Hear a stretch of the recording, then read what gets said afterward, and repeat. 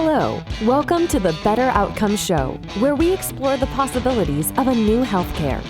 Each episode, we bring you a conversation with leaders across the healthcare industry, exploring topics ranging from new treatment techniques and interventions to novel service delivery methods and business models. And now your host, Rafi Salazar from Rehab Practice Solutions, a leader in patient engagement and retention strategy. Let's explore the possibilities of a new healthcare.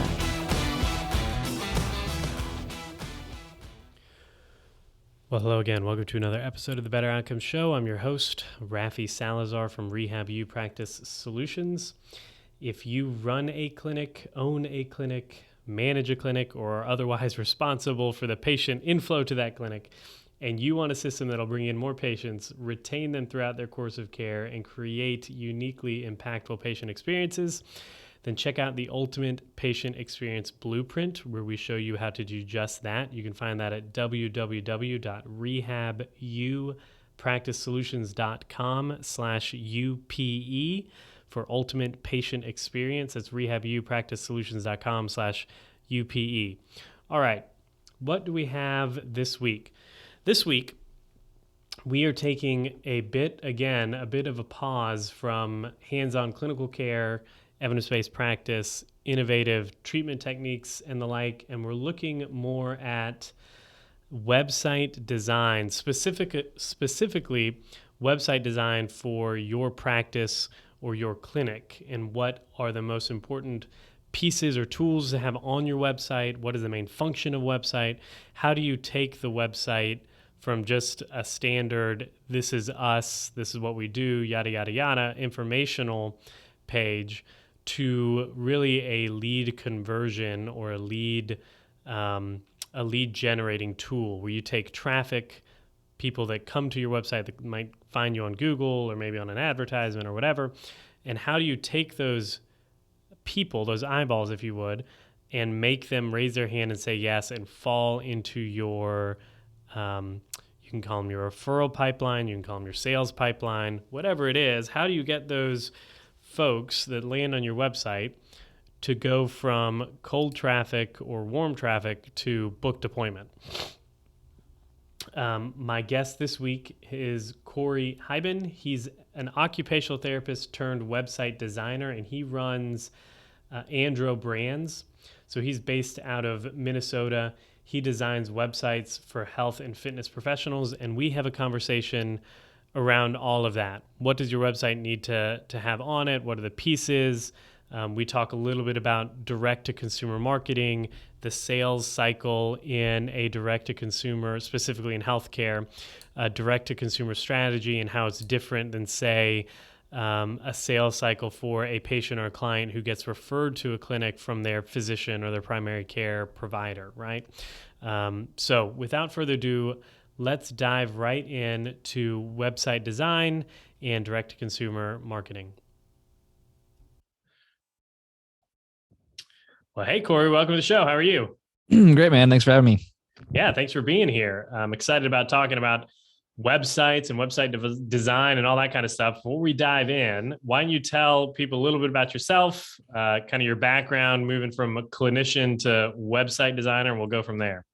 Yeah, I would say like most big changes in life, they come from a place of pain. And so I'm originally an occupational therapist by trade. Actually, prior to that, I was actually a personal trainer. So I've been in the service-based business for most of my career for that matter. And like a lot of people, just got very burnt out on patient care. And I realized at some point in that I actually love the people that I work with. I love the OTs, the PTs, the NPs, the PAs, like all those people are amazing. Doctors, maybe not so much, depending upon the doctor, but I love the people I got to work beside. And it was like, okay, well, prior to actually getting into the service-based business, I was actually originally in school for computer science, and I have a technical background. I built my first computer when I was like 12 years old, learned how to program when I was like 13. Yeah. And so I have a pretty extensive technical background. It's something I've always enjoyed. It's always been a big core piece of my life. I just never took it into the profession, one might say. Mostly just because I'm also very passionate about health, right? So how do I take these two things I love dearly, so technology and health, and ultimately bring them together? And that place of pain just happened during COVID. I actually got fired from my job, which actually wasn't the worst thing ever because, like I said, I was very just burnt out on patient care. And so it was that, okay, bring these two things together. And ultimately that landed me into what I do now today, which is essentially marketing and web design for my health and fitness professionals. And so all my clients are PTs, OTs, chiros, personal trainers, basically anybody that's in a health or fitness service-based business. Those are the people that I'm helping with their marketing, helping them get clients. And if there's one thing that will never not need, it's more clients and patients. And so that's what I do. Yeah. Yeah. That's awesome. It's always interesting to hear people's stories, right? Like some people go from something technical into like healthcare. Some people go from technical healthcare, then back out to technical. It's just life always has a way of sending you signals, right? Yeah, no question, man. And like it just goes so closely with figuring out. I think we're better at figuring out what we like by first figuring out what we don't like. I always feel like it's a process of like trying a lot of things and you very quickly what resonates and what doesn't resonate with you. It's the same as like Gary Vee always talks about, like, how do you know what you like to eat? Well, you try a lot of foods. Well, I think our careers often show up in the same way. Is how do you know what you're passionate about, as one might say? It's, well, you try a lot of stuff and you see what you like. Yeah. Well, and so many people I feel like are stuck in that rut or stuck in a situation where they don't like, and they're just too scared to make a big move like that. It can be very intimidating. So good on you. That's awesome. Did you see the Wow. recent statistic actually about, I think it was 20 million people have resigned essentially from their jobs or corporate jobs trying to find Yes, and do I've their own seen it. The things? Great Resignation. Yeah. It's Someone wild. on LinkedIn was talking about it. He was writing an article. I need to follow up with him, but he was trying to tabulate the data and look at all the little charts and everything that you can see the trend line of people quitting going up. And my question was for him was, well, are these people like just quitting and going out into the ether, or are they quitting for another job, or are they quitting to start their own business? I think it's like that kind of data gets me excited thinking about what's going on in the workforce from now, like from this point forward. Like, are we seeing a new wave of innovation in the form of small entrepreneurial ventures or something like that? We'll Hmm. see. We don't have to get too off topic, but it is something that I've considered a lot about too, in terms of they talk about a lot how kind of the future of work is going to be more almost like hit squats, in that the large conglomerates aren't necessary. I mean, there will be some, but there won't be as many as there used to be. And there's going to be a lot more essentially small teams of people. So say you needed some video production done, you'll basically hire a team of 4 or 5 people that all kind of work together. They can produce a video because it takes a lot less of a team and a lot less money to do what used to take giant corporations. And so you're Yeah. kind of seeing this shift of a lot more people just essentially creating these little micro teams that they can create things and produce things. And it's, I don't know, it's just very interesting. Yeah, no, it's almost like the idea of a distributed firm or something like that, which Right. is not unlike some of the projects that I've worked on. So my first consulting project, we were doing stuff with the state here in Georgia for the Department of Behavioral Health and Developmental Disabilities. And I mean, we were probably a team that was 40 deep as far as resources went, but the core team was 7 or 8 of us, right? And we like pooled from resources as we could. People from all over the country would they'd fly in when we needed them, fly out when we didn't need them. So it's interesting to see that dynamic from the world of marketing and even business, like these distributed teams even having application here in healthcare. So Hmm. I definitely Yeah, see man. it being something moving forward. I've thought about it a little bit in the clinic that I own, like what part of this can we do with like a distributed workforce as opposed to having people in the clinic on site? Like telehealth is one of those areas where you could potentially have people providing services that aren't, on site, so to speak, and they can do it kind of on demand when they need to, when they want to, that sort of thing. Yeah, I think you probably need a lot less hand-on service than people think they do. I've had a lot of conversations with this because all my clients are obviously people in the service-based business, and especially in the health and fitness world, obviously. And I oftentimes just pose that question on them of like, where do you want to do? Where do you want to be spending your time and energy? Because I think they feel as if because they've been in this like hands-on world for their entire career that they have to continue down that direction. And that's not true Yeah. at all. Like I have a client of mine actually as well, he did the PT personal training thing, or excuse me, physical therapy thing for a long time.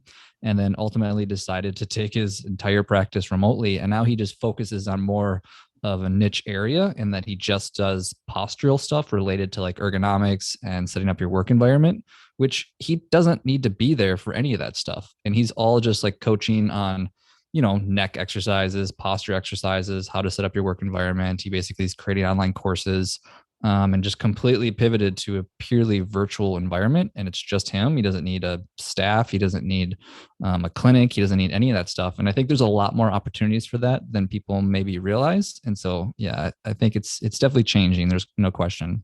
Yeah. Well, and the research kind of indicates that too, right? Like they move from passive treatments to active treatments and self-management versus, a lot of hands-on manual therapy and stuff like that. Sometimes it takes the patients or the clients a little bit of time, maybe even some education to get them on board. But the reality is like long-term efficacy of, you doing manual therapy and exercises alone is not really sufficient anymore. We definitely need to move more into that self-management, like helping people, giving people the tools they need to be healthier longer. Right. So, yeah. I mean, if you want a massage, go see a massage therapist, right? yeah, exactly. Yeah. So then tell me a little bit about like functional websites. A lot of folks, when they get into healthcare, maybe they're starting a practice, maybe they're managing a practice that has a website that they know needs some work. Like since you do this, what kind of things or functions need to be on a website? And then maybe we can talk too about like how it's organized and what, like what your goal is with a website and all that. Sure. Yeah, great question. So before this is a conversation I have a lot. So before you ever even get started with a website, I think the thing people miss the most often is who, excuse my language, the hell are we talking to? And I think so often that we go into this of like, I want to do longevity and gut health, and I want to do some health coaching, but I also have this side thing that I do. Great. You can continue to do all these things that you're passionate about, but for the sake of building a website and focusing your marketing, let's get a way more specific. And we go from niche to sub niche to micro niche to even smaller than that. And it's funny because like take even like a lot of the health coaches that I work with, like if you take even something as simple as, all right, I want to work with 40 to 60-year-old females. Great. There's about, in the United States, about 150 million of those. Okay, let's try again. I want to work with those in my local area. Okay, maybe we're down to like a million. All right, let's go even smaller. Let's go to what are they doing for a job? Well, if they work in healthcare, okay, what are they doing in healthcare? And then you keep just getting smaller and smaller and smaller until you find a market that essentially you could at some point dominate 50% of it. And so when you think about that number of 50% of it, well, you're looking at maybe a couple hundred people. So you have to find a market that's maybe 1,000 people. That's kind of where you're after. That's where you really want to focus your attention and your efforts, is getting very clear on exactly who you're talking to. And then everything you do from a website standpoint is then asking the question of like, well, who's my avatar and how am I serving them directly? And so function wise, the very first thing in terms of once you know who that is, the top of the website, you have to answer 3 questions. What do you do? What problem do you solve? And what action do you want them to take next? Right. And so if you even pull up any decent website, it's going to have some sort of header that says, we do physical therapy in, where are you from? Augusta. Augusta. We do physical therapy in Augusta. Next thing you should answer is, well, okay, what problem are you solving? We help with lower back pain. And then the next question is, what do you want me to do next? There should be a button that says, contact me, set up a free consult, schedule now, whatever it is. Those are the 3 things you want to hit right away, because people very rarely, 60% of people that come to your website don't even make it past that very first section. And so that's probably one of the most important parts is, what problem do you solve? Or excuse me, what do you do? What problem do you solve? And what's the action you want them to take next? Hit that right away at the very top of it. After that, usually follow up with like, what problems are you essentially solving? What other problems are you solving? So we call this often a value proposition of like, we help with lower back pain. We are 100% remote, so we can show up at your door. And we only work with females. I don't know, whatever it is. And so like those are your value propositions. And then after that, the rest of the site is really about just like building trust. Know, like, and trust are obviously the biggest things. Is like the rest of the site is finding ways to do that. And you do that through testimonials. You do that through other companies and people that you partner with. You do that through other sorts of benefits that you offer, or offering free content, free guides, free information, free newsletters, just other ways to essentially add value and start building trust and relationships with anybody that's going to land on your website. And it's also worth noting too, is that back to that earlier point about messaging, is that you also want to take into consideration of like, what are you trying to rank for? Like what is the, once you know your avatar, well, what are they searching for and what are they looking for? If your avatar goes to Google, are they typing in knee pain in my local area, or knee pain physical therapist near me? Like, what are they typing into Google? And then you can kind of start to structure things around that and focusing in on how you're directly answering those questions for that specific person. And if you're a service-based business, probably in your local area, those are really things that you want to hit on as well. And I'd say as like a final point too, is that this is only one piece of a bigger pie. Having a website does for sure build trust, and it really helps create that relationship, but it's only one piece of, obviously, as you know, there's a lot more components to that of, are you doing other certain things to kind of bring attention to it and drive traffic to it, whether it's social media or doing a podcast show like this, or YouTube channels, or running advertisements. And there's a lot of other things that we could get into that as well if we wanted to. But yeah. So basically, like you said, we're trying to answer those questions. We're trying to drive an action. Is there anything in particular, like when it comes to that action that we're trying to drive, especially for healthcare providers, particularly, like what do we want those prospective patients to do? Are we talking like an email list? Are we talking book an appointment? Like what do you find to be the most successful call to action on that section right above the fold? yeah, I love this. I would actually love to hear your input on this. And this is something that my thoughts on it is actually, I kind of call it like the 7-hour rule, in that if someone's never landed on your site, they've never seen you, they don't know anything about you, it's probably actually not a good thing to jump on a call with them right away. And the reason that I say that is you got to understand that having a customer or a client or a patient is a process of building a relationship, right? You're not going to go to the bar and ask somebody to marry you. That's freaking stupid. But we seem to think that we can do the same thing with our customers, is that if the second they come on our website, we're like, hey, let's get married and date and give me all your money. It's like, get out of my face, you freak. What are you doing? And so there's a warm-up period, right? You want to essentially have them get to know you before you even consider the fact of like working with them, establishing a relationship. And there's a lot of ways you can do that. And so to answer your question, what's the first thing you want them to do? I would want them personally is to essentially start to build a relationship with them, which is where newsletters become really, really powerful. Because like if somebody comes to your website and they're like, hey, this is cool, they do physical therapy, I don't know them, I don't trust them yet, and I'm not quite ready to work with them, but now I initially have that first contact, the next thing you kind of want is to, having a newsletter is just one example. There's many ways you can do this, but that's another great way to get started, is get their email, have them say, sign up here, we'll give you a free gift of some form, whether it's an e-guide or a video course or whatever. Get their email, and then slowly continue to add value. So then send them an email and say like, hey, thanks for signing up. Would love to kind of tell you more about what we do. If there's anything else that we can do to help you out, just shoot us a reply. We'd love to just start a conversation with you. Great. And then you maybe send another email a week later, and then another email. So this is essentially called the drip campaign, right? And so you're continually sending them emails, building that relationship. And when I said 7-hour rule earlier, I think that it's probably best to have had them let them consume at least 7 hours worth of your content, quote unquote, before you even really want to establish a call or a relationship with them and ask them to maybe come into your clinic or to sign up for a free consult. Because like, I feel like that's kind of jumping the gun. I don't remember that, you might know this, but there's some statistic about we need to have like 13 engagements or something like that with somebody before we're even actually open to connecting with them. Well, it's the exact same thing of like any sort of online marketing, is that You want to have some form of connecting. That's why staying consistent with your content is really important. Having a good drip campaign is really important. Just slowly adding value to them and building up that relationship, just like you would any other human in any other environment, before you're actually asking them to say, okay, let's jump on a call and let's talk about a few things. Yeah. No, I think that's a good point. Yeah, I think that statistic is something I've heard it a few times. It's like 23 days and 33 touches or something like that. It's like some specific number. It's not like somebody lands on your website and is book an appointment today. Right. Totally. Unless you hit that. I mean, maybe I guess if your messaging is on point and you're going for a very specific group of prospective patients that are both problem aware, solution oriented, and like ready to make a decision, right? Which is always the smallest portion of any market. I think they said, 3% of a market at any given time is ready to hit the buy now button, so to speak. The other 97% is in the kind of exploration phase. So totally.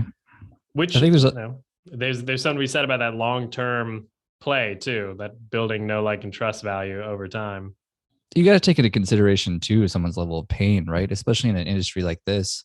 If someone's in like extreme chronic lower back pain, like, yeah, they're going to do anything and everything they can to get out of that pain. But I would say that most people really aren't in that scenario. Most people are in the scenario where they've dealt with it for years before they're finally like, all right, maybe I should do something about this. And maybe I should talk to somebody about this.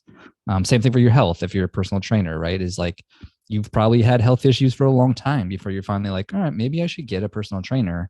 And you slowly start to do research and you start to figure that stuff out. And that's why like having that relationship is so important, is that all your marketing and your posts and your content and your website and all these things, they're important, but really all they are is there to just to kind of be like, hey, I'm here if you need me. It's probably not going to happen right now, but maybe in months, weeks, years, who knows? Hopefully I'm the person that you choose. Like, that's really what it is. Yeah.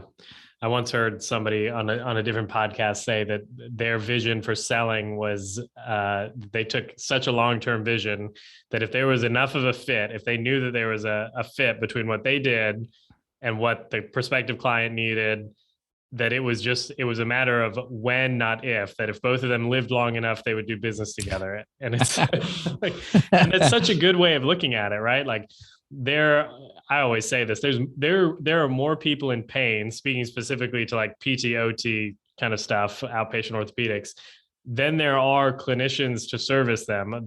The problem is that the majority of those people in pain just haven't made the decision yet, right? And it's not a matter of if they make a decision to get treatment or to resolve their back pain, for example. It's just a matter of when they decide to do it. And, there are obviously things you can do to maybe encourage somebody to make a decision, but you can lead a horse to water. You can't make them drink all the time, right?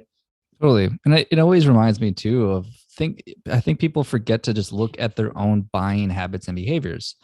If you're in need of a product or a service, what's the first thing you do? You probably go online and you start researching, and you start going to different websites and you start reading things, and you maybe spend a few moments here and a few moments there. And the ones that seem to most relate and connect with you over a long enough period of time is the one you're most likely to buy from. On top of the fact of, like, also side note, like, that's why testimonials are insanely powerful, and third-party tools like having Google reviews are insanely powerful of driving traffic, in terms of, one, it gets more people to look at it, and two, people just trust third parties a lot more, which is definitely worth something considering. Anybody who has a service-based business is, if you're not getting testimonials, you're for sure missing out. No question. Yeah, for sure. So then when it comes to, like, say this prospective patient that lands on our site, maybe they poke around a little bit and then they go away. From a messaging and like a web development standpoint, what are those factors that might make a prospective patient turn around and say, you know what, I've looked at a few, but this guy right here, this gal right here has a website, or whatever they were saying, I think they might be able to help me? Yeah. Phenomenal question. So there's a few factors, and they've actually done a lot of research on this stuff. And so you're hitting on something that's really important. There's three things that really stand out more than anything else. Number one is, like I said before, is testimonials.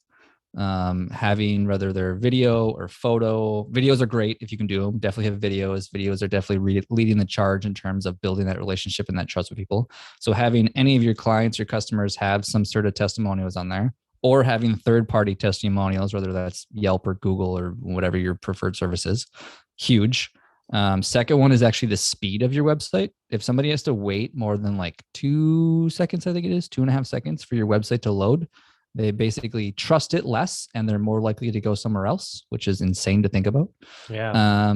And then the third one is actually having you, the person, the actual human behind this business or the company, showing up in some authentic, real way. So get the stock photos off your website immediately and go take some photos. And if you have a phone in the 21st century, you can take high quality photos. So this is not a problem. But like having some way of, or even just having an about page, like maybe if you need to have stock photos, fine, whatever, but definitely have some way for them to authentically connect with the actual person behind the business. I mean, you got to think about, do people follow Tesla or do people follow Elon Musk? Do people follow Amazon or do people follow Jeff Bezos? Do people follow Facebook or do people follow Mark Zuckerberg? Right? Your business is no different. Is they want to know the person behind the business. Who's the actual person that's running the show? Who's going to help me? Who can I talk to? Especially too about our conversation earlier about the Great Resignation and everybody kind of stepping away from their jobs. Is that people don't want to work with quote unquote business anymore. People want to work with people. People want the relationship and the connection. And so the three biggest things is, who's the person behind the business? How can I find out if they're actually legitimate by looking up testimonials? And how fast is the website, which is crazy to sound, but it's actually a really important factor. And just as a little side tip, if anybody doesn't know anything about websites, just make sure that your images are compressed and they're the right size. That'll make everything 1,000 times faster. There's a few other things you can do, but that's probably the biggest one that people get wrong, is they don't actually make their images smaller and their website loads slower. People trust them less. And just as a side thing too, actually, like, design, believe it or not, as much as people don't want to believe it, really does matter. I wouldn't say it's the biggest factor, but it's definitely an important factor of a website. Is that if you go to a website that has no design consistency whatsoever, I mean, if you think about your own buying habits, you're less likely to trust them and you're less likely to come back to that website. So, or there's websites that look like they were developed in like 99. Yep, like exactly. HTML hard coded or whatever. Exactly, man. It's funny though, how many clinics that, I've talked with and worked with, that they've like, oh, we had this website put up years ago when we started the business, like 15 years ago. Like, oh, like, what do you do with this website? Oh, well, I mean, it's there. Yeah, right. Which I guess takes us to that next point. Like, how should healthcare professionals think about using their websites? Yeah, that's a conversation I have a lot. And so I would say it's the home base is what I tell most people, is that it's not the end all be all. It's not going to solve all your problems. It's just one of the many tools in the toolkit to essentially build more trust, build more authority, and build a relationship with your clients. But I will say that it's a really important home base, is because if your entire business right now, which a lot of people are, and I know these people, and so I apologize if you're listening to the show right now, but if your entire business is built on your social media platform right now, you're at a massive risk. And that's super unfortunate. And so I can't tell you the number of people that I worked with, especially during COVID, where the social media, especially Facebook, were blocking anything health related. If you even had the word health in any of your content or posts on social media for a long window of time, you were getting screened or flagged or not posted, or your customers weren't seeing it. Like, your business was for sure taking a hit. And the reason is if your entire business is based on your Instagram profile, well, any of the people that own those businesses can essentially just shut you down today if they wanted to. Or when was that? There was a day where like Facebook was like down for the whole day. And it was like, oh yeah, that was a while ago, but it was like, do you realize like that was a lot of people's entire businesses that got smashed because I had of a one lot day of clients being that down. their only marketing strategy or their only marketing tactic was Facebook ads, and they went a day without any Facebook ads, right? Yep. Which is huge, right? Like that's a big deal. And so to your original question about like, what should people be doing with their website and what is the main thing? I think the main thing, to the point earlier, is having some way to establish an authentic connection with those people. And so like, come into your landing page, and that's where newsletters have become like really powerful these days. Is that I argue it's probably one of the best. You think about your own habits with your email inbox. I bet you're constantly like organizing it and sorting it and moving things and replying, and you're very specific about where you subscribe, and you're constantly unsubscribing to all this other crap that you don't want, and you're going through your spam inbox and trying to unsubscribe from all that other crap, like you're very particular about keeping that thing put together how you want it to be. And so that says a lot about the power and the value of it right now. And so if you can have a compelling offer that's that people will for sure want to say yes to, which goes way back to the original point about who are you talking to? Because if you know exactly who you're talking to, then it's a lot easier to create an offer that people can't resist. Like if you had a website where right away at the very top, you're speaking directly to that person. You're like, hey, listen, Joe from Atlanta, Georgia, and you are 38 and you just got in a car accident and you have this severe lower back pain. Hey, I would love to like get you signed up on this newsletter. We have all this great information on how to deal with it. We have things that you can eat, exercises you can try to help you deal with this lower back pain. They're gonna be like, oh God, like you're talking right to me. This is amazing. Like I'm definitely gonna sign up for that, and then add a bunch of value to that person. And so I think the biggest thing from the website standpoint is like, yes, use other platforms like your social media platforms, your webinars, your local events. Use all those things to essentially drive them to your website, and then have some sort of compelling offer for them to go like, oh yes, I should definitely click this, sign up for this, get their email, and then we can go down another tangent of what to do next. But I would say that's the biggest thing from the website standpoint. Yeah. So you're not one of those people then that believes that email is dead, huh? No way, man. People say that about blogging too. Not true. Yeah. I know a lot of people that have built substantial businesses lately on blogs, but yeah. Yeah, I'm a big fan of the idea of repurposing content in as many mediums as you can too, because like a written piece, for example, might turn out to be perfectly done, like a short little video clip or something like that. And the idea of giving people content that they want in the format that they want to consume it, right? Because you've got people that won't read anything, but they'll watch 3 hours of YouTube, or people that won't watch any YouTube, but they'll read a 3,500 word blog article like it's nothing. So I like being able to spread it out. Yeah, I'm totally a podcast guy. I don't read blogs very often, but I will say too, just as another website thing, which is worth touching on, I feel like SEO in terms of getting traffic and getting eyeballs to your site. Oh yeah, let's talk about this. Yeah, I mean, it's important. It's for sure. That's where, like, again, I'm so glad that I touched on that original point about knowing who you're talking to, because if you want to drive more traffic to your website from a Google standpoint, right? If you want to be the person that's ranked on the first page or two of a specific topic, you got to know exactly what you want to rank for. I was actually just talking to one of my clients, really good friend of mine as well. He's a functional medicine practitioner, and he's noticed that he's gotten a lot more traffic from SIBO, small bacteria infection, something like that. I don't know, some sort of like gut health bloating issue.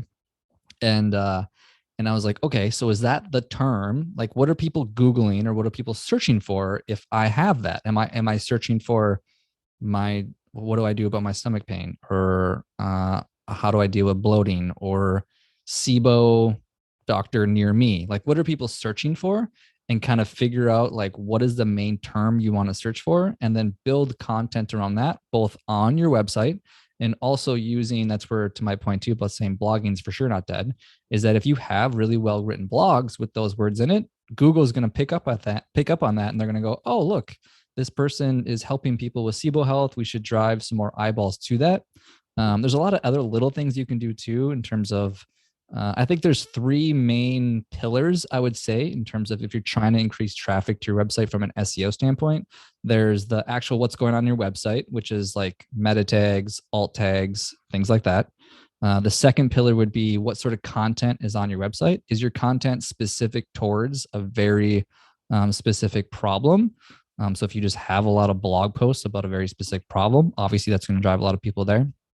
And then I would say the third piece, which a lot of people aren't aware of, is actually what's called backlinks, which are other people talking about your website and your articles. And there's a few ways you can go about backlinks. One of them is you could guest blog, or you could guest write for another website, which has, like, if we'll take SIBO again, for example, if you wanted to write an article for another website about SIBO, And then at the end of that article or within that article, you linked it back to your website, that triggers Google to go, oh, look at this. Like other people are talking about their website. The other thing you can do too is like other sorts of content, which is obviously like YouTube videos, just any other websites that are essentially driving back to your website. But those are the three kind of pillars, I would say, of SEO and driving more traffic from a free standpoint. And then obviously there's advertisements as well, but that's a whole nother bucket. Yeah. Do you ever recommend that people go out and spend tons of money on like an SEO firm to get their website ranked? No. Yeah. Don't do that. We're on the same page on that. Definitely don't do that. Yeah. No. Especially when I've had some folks be like, I want to be number one for physical therapy in my area. I'm like, all right, like how much money do you have to spend? Yeah. And like, I don't know why you'd want that anyways, realistically. Because to the earlier point about knowing who you're serving, knowing your avatar, knowing specifically who you're talking to, are you honestly, do you even have the capacity as a business? Let's say you were ranked number one for physical therapy in your area, and let's assume you lived in a bigger city. Do you even have the capacity to serve those people? I doubt it. I highly doubt it. And like, not only maybe you could just hire a bunch of people and then serve them, but then would you serve them at a high level, at a high enough level that they would give you good reviews and want to continue to talk about you? Like, I don't even think that's a good idea in the first place. I don't know. Yeah, no, I agree. So like the clinic that I run, all of our marketing and messaging and everything is around chronic pain, right? Chronic musculoskeletal pain. Those are the people that we talk to. And I think that in and of itself, like just looking at the people that have landed on our website and then become patients, 3 months, 6 months down the road, those are the ones that really love us. They really talk about us. They're the ones giving us the reviews. We get workman's comp, sure. And we get people from like post-surgical and they're all right. But those diehards are the ones that have been following us for a while before they even make an appointment. We get people that are like, oh, I landed on your site 3 months ago and it just took me a while to make to get the courage or whatever to make an appointment. Those are the people that you want. Yeah, you're hitting on something that's so important, man, is you want raving fans. You want, like, from both standpoint, from a personal fulfillment standpoint of actually feeling good about the work that you're doing, but even from a business standpoint, those are the people that are going to tell their friends, and you just got 10 more customers, or they write you an incredible testimonial that other people see on your website or see online, and you now have 100 more eyeballs that are more likely to click yes to whatever offer you have. Like, I think it's so easy to get, like, whoever the person was, I apologize to them, whoever said like, I want to be number one in physical therapy, but it's the wrong mentality. Like, the right mentality is, who are the vital few that you can serve at a super high level, and go serve them. Like, the world doesn't need you to serve everybody, and they don't want you to serve everybody. So stop trying to. Yeah.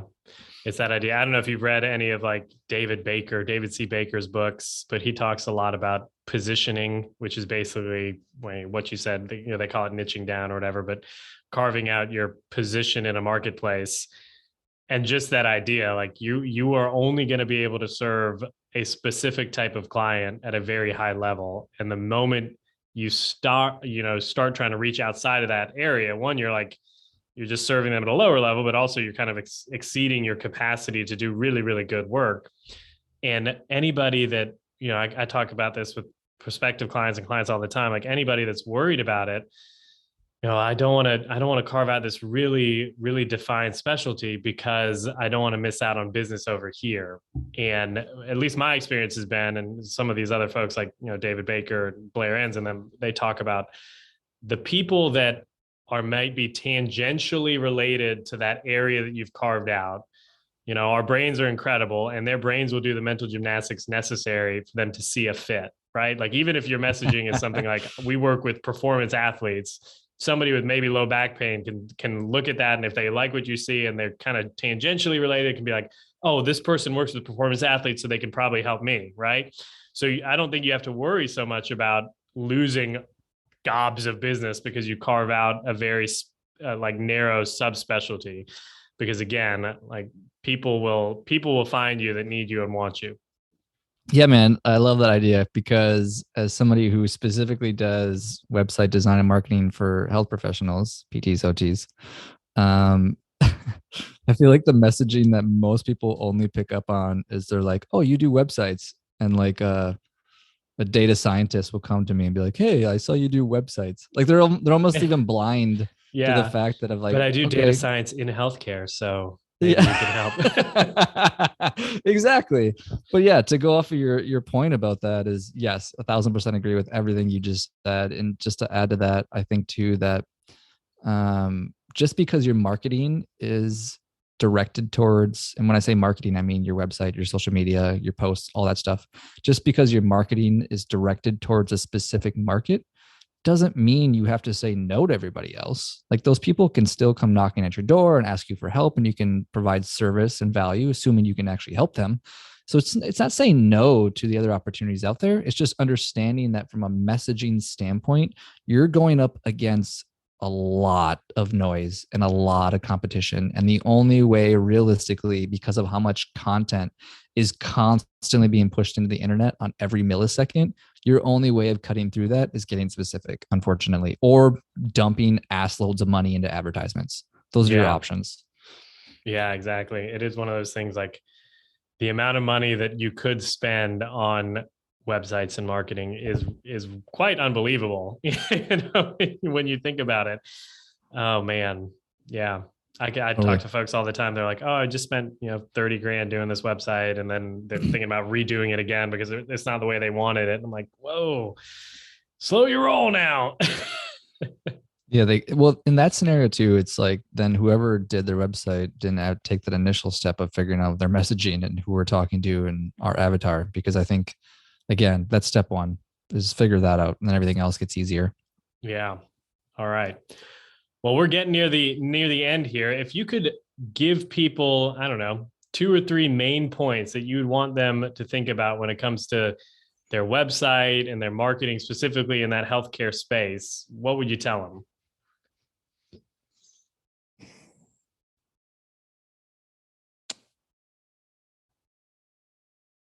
Curveball. No, I think this is great. I think I think energy is really important, and I don't mean that from like a woo standpoint of like go sit in Sedona and sit on a vortex. I mean it from the sense of like understanding what really fires you up and what drains you. And what I mean by this, where I'm going with this, is that you have a lot of options from a marketing standpoint and a website standpoint. I mean, there's social media, there's podcasting, there's webinars, there's YouTube, there's events, there's complex design, there's just so many options and there's so many avenues you could go. And I think what's more important is what can you commit to and what can you stay consistent with? Because I would argue that it's less about the strategy and the avenue and the marketing strategy, and it's more about how can you stay consistent for a long period of time.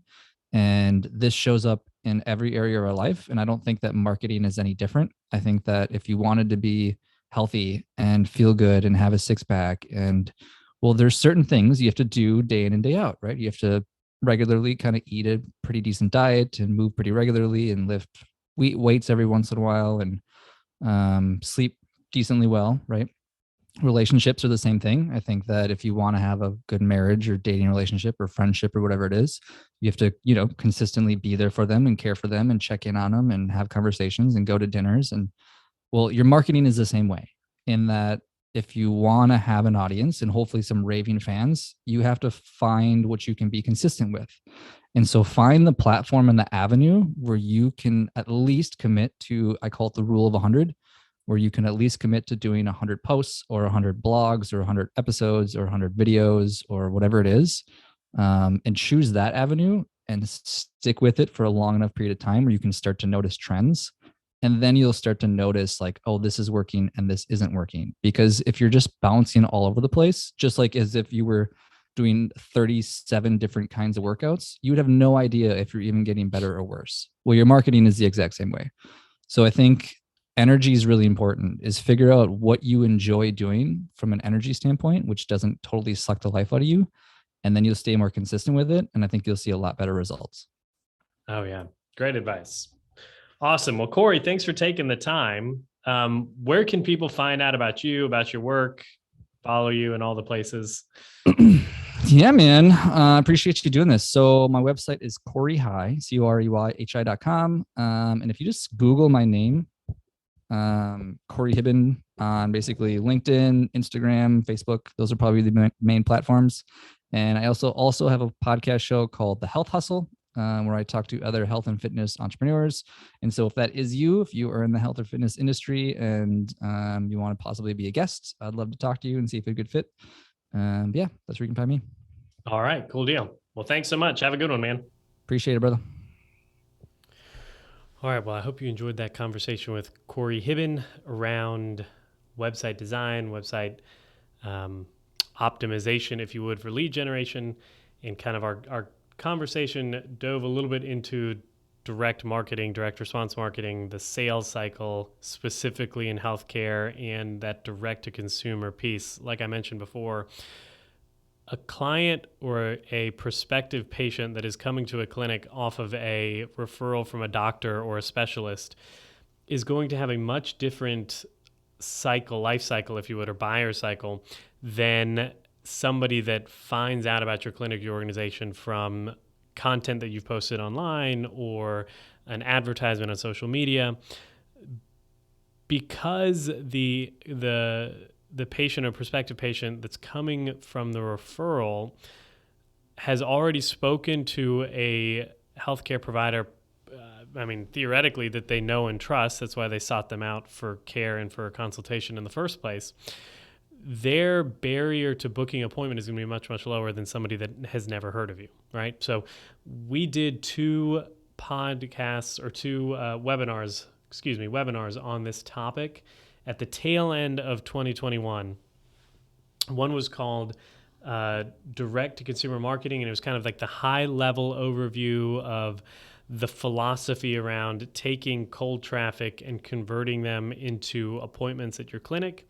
And then the second webinar, the follow-up for that, was lead generation, and it was all about the techniques, the tactics to get that cold traffic, the eyeballs that you're putting on the places, whether it be your site, your social media, your advertising, whatever it is, and actually getting them to convert and click through to opt into the process of, ultimately booking appointment, that sales funnel, if you would. So if you're interested in checking those out, you can find those at rehabupracticesolutions.com. You can click the Insights tab and then click on the webinars and workshops. And the last two that we did, so near the bottom of the page, are the direct-to-consumer marketing webinar and then the lead generation webinar. And the subtitle for that is Succeeding at Direct-to-Consumer Marketing. So it's all of the ins and outs of the lead generation process. We're planning on doing a follow-up marketing piece, a follow-up webinar on the conversion piece. So actually getting folks from that lead after you've generated that lead and they're in your sales funnel, how do you get them to buy into a plan of care, essentially, and then obviously engage and retain them throughout. Look for that. We'll send that out on email. So that is all we've got today for this week. If you like the show, head on over to iTunes, leave us a rating and review. It helps people find us, helps spread the message. If you want to be kept in the loop, you can head to www.betteroutcomes.show, and you can sign up there for our email list. We will send you out a copy of a link to the episode, and then links to our guests, whatever they do, LinkedIn's, websites, resources, the gamut. So you can find that again at www.betteroutcomes.show. We release episodes usually every other week. Sometimes you'll get a bonus episode in the off week. Probably not likely until the middle of 2022. I'm wrapping up a book project right now, and all of my spare time is being devoted to cranking that out before the deadline. So again, until the next time, folks, be safe, be healthy. I will talk to you then. Thanks for listening to the Better Outcomes Show, where we explore the possibilities of a new healthcare. Our hope is that you walk away from each episode informed, equipped, and empowered to push the boundaries in your own practice or business. We want to give you the tools to help you build strong, long-lasting relationships with your patients and clients, helping meet their goals, improve their health, and achieve better outcomes. Learn more at www.rehabuppracticesolutions.com. We'll catch you on the next episode.